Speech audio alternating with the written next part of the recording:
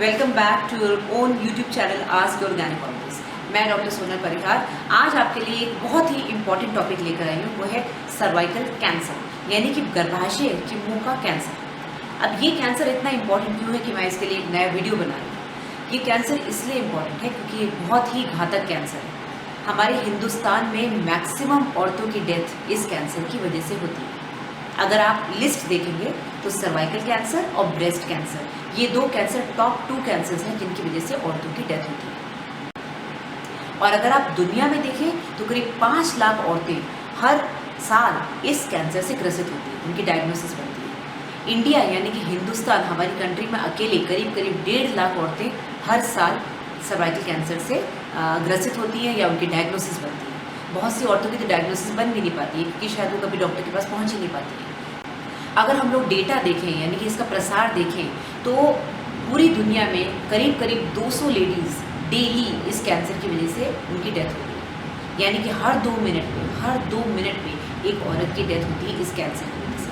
और अगर 4 लेडीज़ पूरी दुनिया में अगर 4 लेडीज़ की डेथ होती है इस कैंसर की वजह से, तो उसमें से एक इंडियन, मतलब कि 25% कैंसर हमारी कंट्री से जा रहा है पूरी दुनिया में। तो ये इसलिए इतना इम्पोर्टेंट कैंसर है, इसलिए मैंने इसके ऊपर एक नया वीडियो बनाया। अब सर्वाइकल कैंसर क्यों इतना घातक है बाकी कैंसर से? ये इसलिए इतना घातक है क्योंकि जल्दी पकड़ में नहीं आता। इसके सिम्टम्स जब पेशेंट को समझ में आते हैं तब तक बहुत देर हो चुकी होती है, या फिर ये कह लीजिए मरीज़ ज़्यादा अवेयर नहीं होते। उनको लगता है नॉर्मल इस तरह से वाइट डिस्चार्ज आना, हल्की फुल्की बीच में ब्लीडिंग होना, ये तो नॉर्मल है ना। गायनी के पास जाके चेकअप नहीं कराते, गायनी के पास जाने से डरते हैं, पता नहीं क्यों डरते हैं, राइट। इसके सिम्टम्स अगर हम बात करें तो सिंपल वाइट डिस्चार्ज या फिर सेक्सुअल एक्टिविटी के बाद थोड़ी सी ब्लीडिंग, हल्का सा पेट में दर्द, बस, इससे ज़्यादा कुछ नहीं होता। तो अब इस कैंसर से कैसे बचा जाए? इस कैंसर से बचने के बहुत से तरीके हैं। खुशखबरी ये है कि भले ये कैंसर कितना भी घातक हो, कितनी ही जल्दी फैलता हो, लेकिन यह अकेला ऐसा कैंसर है जिसके में करीब 10 से 20 साल का विंडो पीरियड है। 10 से 20 साल लगते हैं इसकी डायग्नोसिस से लेके कैंसर बनने में। डायग्नोसिस यानी कि डायग्नोसिस होती है पैप स्मीयर और कोल्पोस्कोपी से, जो कि हम अगले वीडियो में डिस्कस करेंगे। 2 सिंपल टेस्ट और उसकी वजह से हम इस कैंसर से निजात पा सकते हैं, क्योंकि यह अकेला एक कैंसर है जिसमें कि एक बहुत ही लॉन्ग 10 से 20 साल का प्री इन्वेजिव स्टेज होता है। प्री इन्वेजिव स्टेज यानी कि प्री कैंसर स्टेज, जिसको कि हम CIN बोलते हैं, सर्वाइकल इंट्रा एपिथेलियल न्यूक्लियस। इस तरह की प्री इन्वेजिव स्टेज हर कैंसर में नहीं मिलती है।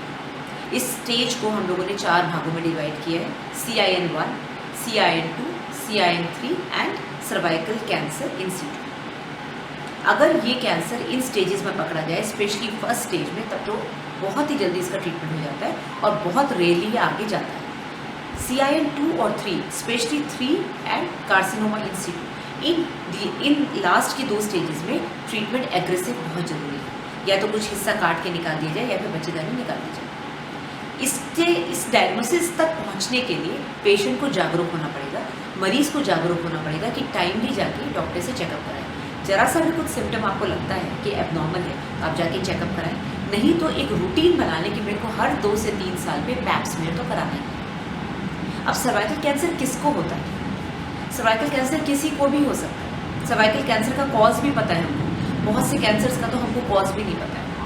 सर्वाइकल कैंसर का एक ही कॉज है, वो है HPV यानी कि human papilloma virus. Human papilloma virus, जैसे कि नाम बताता है, वायरस है जिसके 1 से लेकर 100 टाइप्स तक अभी तक डिस्कवर हो चुका है। इनको नाम से जाना था: HPV2, HPV5, HPV16, HPV18। 16 और 18 ये 2 वायरस ऐसे हैं जो कि कैंसर के लिए सबसे ज़्यादा हानिकारक है। मतलब यही 2 वायरसेस हैं जो कि कैंसर केसेस में पाए जाते हैं। 70 से 80 या फिर 90% कैंसर इन 2 वायरसेस की वजह से ही होते हैं। इसलिए जितनी भी वैक्सीन, जितने भी टीके आए हैं मार्केट में, इन्हीं दोनों वायरसेस के अगेंस्ट आए हैं। ओके, तो ये वायरस तो हर लेडी में पाया जाता है। ये वायरस आता कहाँ से? ये वायरस आता है सेक्सुअल एक्टिविटी के बाद, यानी कि पार्टनर से। अब पार्टनर से आता है तो ऑब्वियसली ज़्यादातर हर लेडी के अंदर ये होता है। कहते हैं 80% लेडीज़ अपनी लाइफ टाइम, पूरी लाइफ टाइम, जब तक उनकी डेथ नहीं हो जाती, कभी ना कभी HPV वायरस से ग्रसित होती है। लेकिन सबको कैंसर नहीं होता है, क्योंकि HPV वायरस आता है और चला जाता है, वो अपने आप ही क्लियर हो जाता है। 50% इन्फेक्शन जो एचपीवी का है वो करीब करीब 2-3 साल में अपने आप ही निकल जाता है, और 90% केसेस में तो ये 1 साल के अंदर ही निकल जाता है। तो इसलिए एचपीवी से ऐसा कोई डरने की ज़रूरत नहीं है, और एचपीवी की टेस्टिंग ज़रूरी नहीं है कि आप जा के डॉक्टर को बोल रहे हैं कि एचपीवी की टेस्ट कर रहे हैं, क्योंकि एचपीवी तो मिलेगा ही। अगर आप सेक्सुअली एक्टिव हैं तो एचपीवी मिलेगा। अपने को ये देखना है कि एचपीवी अंदर जाके कहीं डीएनए के साथ और गर्भाशय के मुंह के जो कोशिकाएं हैं, जो सेल्स हैं, उसके साथ इंटीग्रेट करके उसके डीएनए में चेंजेस तो नहीं ला रहा है, उसको कैंसर तो नहीं बना रहा है। अपने को ये देखना है। अब कौन सी लेडीज़ बहुत ज़्यादा हाई रिस्क होती है सर्वाइकल कैंसर की? फर्स्ट ऑफ ऑल, जिन लेडीज़ की सेक्शुअल एक्टिविटी ज़्यादा है, जिनकी जल्दी शादी हो गई, से 15 साल 16 साल, तो ऑब्वियसली उनकी सेक्शुअल एक्टिविटी ज़्यादा होगी, क्योंकि इतने साल तक वो पार्टनर के साथ रहेंगी, उनका स्पैन बढ़ गया। सेकेंडली, जिनके ज़्यादा बच्चे होते हैं, ज़्यादा एबॉर्शंस होते हैं, जितनी बार बच्चेदानी कम होगी, यानी कि गर्भाशय डैमेज होगा, उतना ज़्यादा कैंसर के चांसेस हैं। या फिर अगर वो लेडी स्मोक करती है, अल्कोहल, ये 2-3 चीज़ें, ड्रग अब्यूज़ ऐसी हैं जो कि आपकी इम्यूनिटी को लो करती हैं, तो ऐसे केसेस में कैंसर होने के चांसेस ज़्यादा होते हैं। या फिर पार्टनर्स अगर ज़्यादा हैं, मल्टीपल सेक्शुअल पार्टनर्स, राइट। जरूरी नहीं कि लेडी अकेली, हो सकता है उसके पार्टनर यानी कि उसका हस्बैंड, उसके पार्टनर्स बहुत ज़्यादा हों, तो दोनों में ही ये कॉज, ये बहुत इंपॉर्टेंट है कि अगर मल्टीपल सेक्सुअल पार्टनर्स हैं तो सर्वाइकल कैंसर के चांसेस ज़्यादा हैं। देन अगर लेडी को किसी तरह की कोई यौन रोग या फिर HIV, अगेन ये दोनों जो इन्फेक्शंस मैंने बात करी, ये गर्भाशय के मुंह को डैमेज करते हैं, घाव बनाते हैं। तो जब घाव बनेगा तो उसके अंदर वायरस जल्दी घुसेगा और जल्दी इंटीग्रेशन होगा, जल्दी कैंसर होगा। ओके, तो इस तरह की लेडीज़ ज़्यादा हाई रिस्क होती हैं। बट कोई भी लेडी 80% उसके चांसेस हैं कि उसको लाइफ टाइम में कभी ना कभी HPV होगा।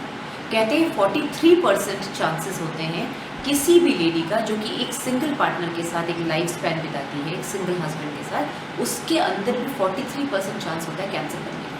तो आप ये मत सोचिए कि कैंसर सिर्फ उन्हीं लोगों को बनेगा जो कि मैडम ने बताया कि भाई जो हाई रिस्क है। नहीं, कैंसर किसी को भी बन सकता है, इसलिए पैप्स में बहुत ज़रूरी है। अब हम बात करते हैं HPV वायरस की। HPV वायरस, जैसे कि मैंने बताया, पार्टनर से आता है। इसको चेक कराने की ज़रूरत नहीं है, हालांकि बहुत सारे किट्स आए हैं जिसमें HPV वायरस डिटेक्ट कर सकते हैं, लेकिन उसका कोई यूज़ नहीं है अनलेस कि आपके रिजल्ट में, आपके पैप्स में कुछ गड़बड़ आता है जिसमें कि डॉक्टर को शक लगता है, तब आप HPV की टेस्टिंग करा सकते हैं। अब HPV ज़्यादातर किन लेडीज़ में पाया जाता है? जो कि सेक्शुअली ज़्यादा एक्टिव है, लेस देन 40 ईयर्स तक जब तक सेक्शुअल एक्टिविटी ज़्यादा रहती है, उनमें HPV की प्रीवेलेंस ज़्यादा होती है। लेकिन कैंसर 50 से 60 के बाद होता है। क्यों? क्योंकि 40 के बाद आपकी बॉडी की क्षमता इस वायरस को आपकी बॉडी से निकालने की वो कम हो जाती है, आपकी इम्यूनिटी कम हो जाती है। 40 से नीचे अगर आप हैं, आप यंग हैं, आप हेल्दी हैं, तो आपकी बॉडी में क्षमता है कि 80 to 90% वायरस को अपने आप ही निकाल देगी, फ्लश आउट कर देगी। ओके, 50 to 60 की एज ऐसी होती है जिसमें इम्यूनिटी लो होती है, पीरियड्स भी बंद हो रहे होते हैं, आपकी स्किन पतली हो जाती है, जैसे कि मैंने पिछले मेनोपॉज की वीडियो में बताया था।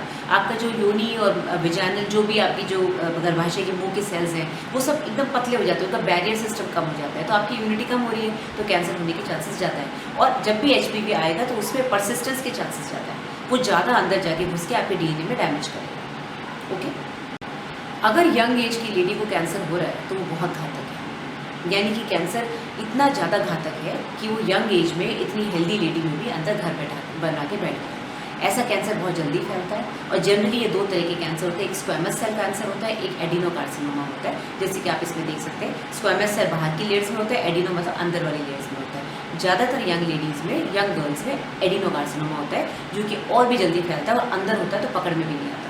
तो ऐसे में यंग लेडीज़ में कहते हैं कि अगर कैंसर हो गया तो वो ज़्यादा घातक है as compare to old ladies.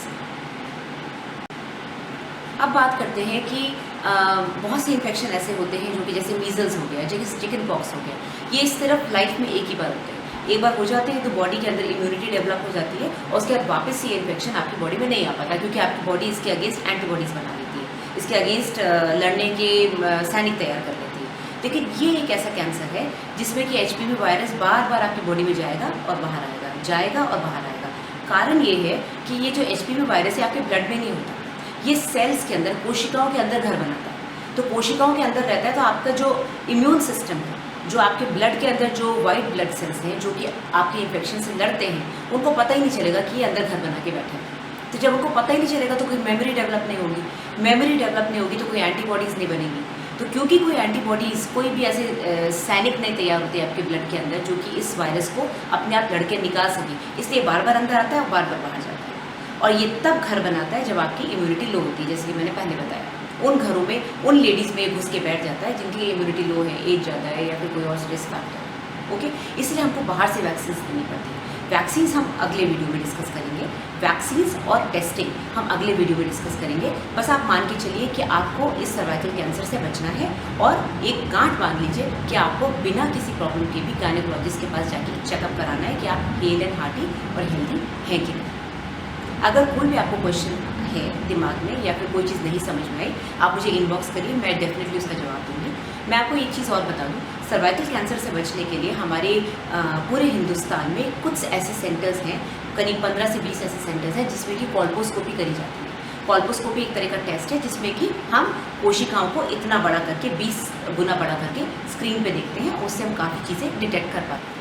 इस तरह के सेंटर्स में से एक सेंटर हमारा भी है, सोना मेडिहब, जिसकी कि मैं डायरेक्टर हूँ। ये मेरा खुद का हॉस्पिटल है और यहाँ पर हम कॉल्पोस्कोपीज, पैप्समियर्स और कॉल्पोस्कोपी से रिलेटेड और भी जो प्रॉब्लम्स हैं, जो लोकल ट्रीटमेंट्स हैं, बच्चेदानी के, मुंह के, गर्भाशय के, कैंसर होने से पहले हम उसको ट्रीट करते हैं। ओके, तो अगर आपको इस तरह की कोई भी प्रॉब्लम है और आप यहाँ आके चेकअप कराना चाहते हैं तो आप मेरे यूट्यूब चैनल के ज़रिए मेरे से कांटेक्ट कर सकते हैं, एड्रेस ले सकते हैं। आप मेरे को मेरे इंस्टाग्राम हैंडल sonal.pariha.33 पर भी मैसेज कर सकते हैं और उसका जवाब आपको पक्का मिलेगा। Till then please subscribe to my channel. और अगर आपको कोई स्पेसिफिक टॉपिक पे वीडियो चाहिए, आपको उसकी बाद जानकारी लेनी है, तो आप मेरे को इनबॉक्स करिए, डेफिनेटली वो वीडियो आपके पास आ जाएगा। Till then please wait for the next part of this video. Take care, bye.